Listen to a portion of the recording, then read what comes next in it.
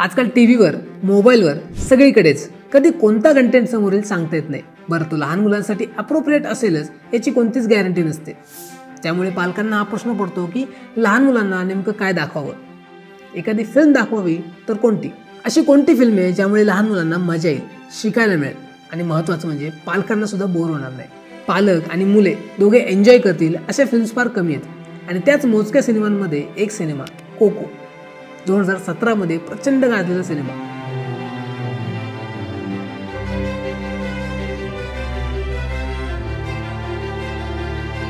तर स्टोरी सुरू होते मिगेल पासून.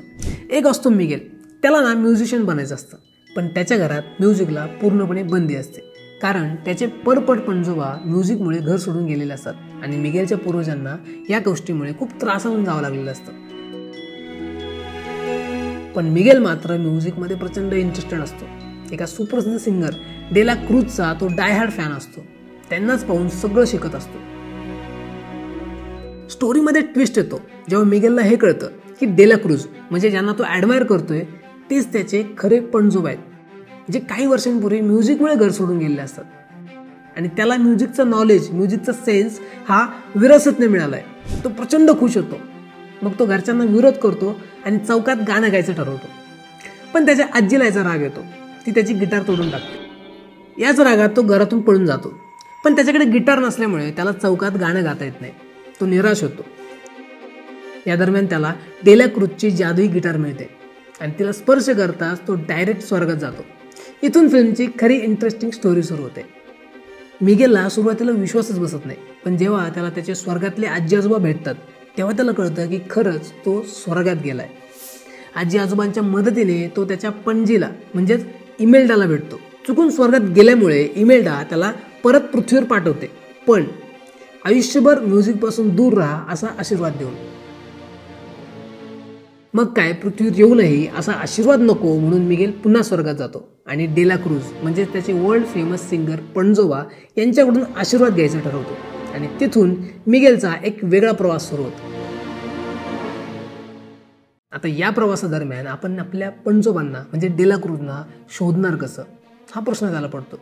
आणि याच दरम्यान त्याची भेट हेक्टर नावाच्या एका भन्नाट व्यक्तीसोबत होते, ज्याला पृथ्वीवर जायची इच्छा असते. पण स्वर्गातला एक नियम असतो की जोपर्यंत पृथ्वीवर श्रद्धांजली दिवस जेव्हा असतो तेव्हा तुमचा फोटो कोणी ठेवून त्याची पूजा करत नाही, त्याला नैवेद्य ठेवत नाही, तोपर्यंत तुम्हाला पृथ्वीवर जाता येत नसतं. आणि याच कारणामुळे हेक्टरला पृथ्वीवर जाता येत नसतं. पण हेक्टर डेला क्रूजला ओळखतो. हे कळल्यावर मिगेल त्याला त्याची सगळी स्टोरी सांगतो आणि डेला क्रूजला भेटवण्याची विनंती करतो. त्यासोबतच हेक्टरला सुद्धा पृथ्वीवर आपला फोटो घेऊन जाण्यासाठी कोणीतरी हवं असतं. त्यामुळे तो सुद्धा मिगेलला पृथ्वीवर जाताना फोटो घेऊन जाण्याची रिक्वेस्ट करतो. दोघांमध्ये डील होते आणि मग दोघे डेला क्रूजला शोधायला निघतात. खूप इंटरेस्टिंग असे ट्विस्ट अँड टर्न्स या स्टोरीमध्ये पुढे घडतात आणि याचा क्लायमॅक्स तुम्हाला अक्षरशः अचंबित करून टाकतो. मिगेलच्या घरी म्युझिकला बंदी काय? त्याची पणजी इमेल्डा मिगेलला म्युझिकपासून दूर राहा असा आशीर्वाद का देते? आणि मिगेल त्याच्या पणजोबांना शोधतो की नाही आणि ते त्याला आशीर्वाद देतात की नाही? मिगेलला आयुष्यभर म्युझिकची साथ मिळते की नाही? आणि जो हेक्टर मिगेलला मदत करतोय त्याची स्टोरी काय? त्याचे घरचे त्याची आठवण काय काढत नाहीये?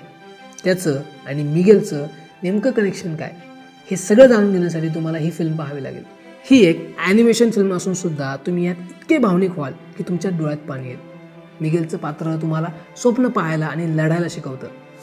त्यासोबतच या सगळ्या गोष्टींमध्ये फॅमिलीसुद्धा किती महत्त्वाची हे सुद्धा ही फिल्म खूप सुंदर दाखवते. या फिल्मची स्टोरी तर इंटरेस्टिंग आहेच, पण यासोबतच या फिल्मचं डिझाईन सुद्धा कमाल केलं आहे. यातले कॅरेक्टर्स, त्यांची कॉमेडी, स्टाईल या सगळ्या गोष्टी प्रचंड इम्प्रेसिव्ह आहेत. त्यासोबतच स्वर्गातले सीन आयकॉनिक आहेत.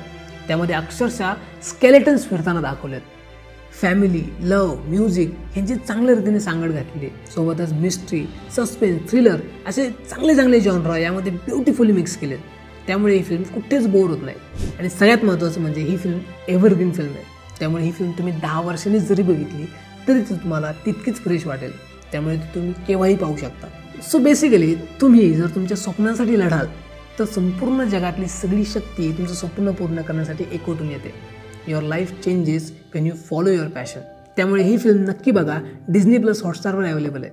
आणि अशाच काही मोजक्या सिनेमांवर आम्ही व्हिडिओज करणार आहोत. त्यासाठी आमच्या चॅनलला सबस्क्राईब करायला विसरू नका. भेटूयात पुढच्या व्हिडिओमध्ये. धन्यवाद.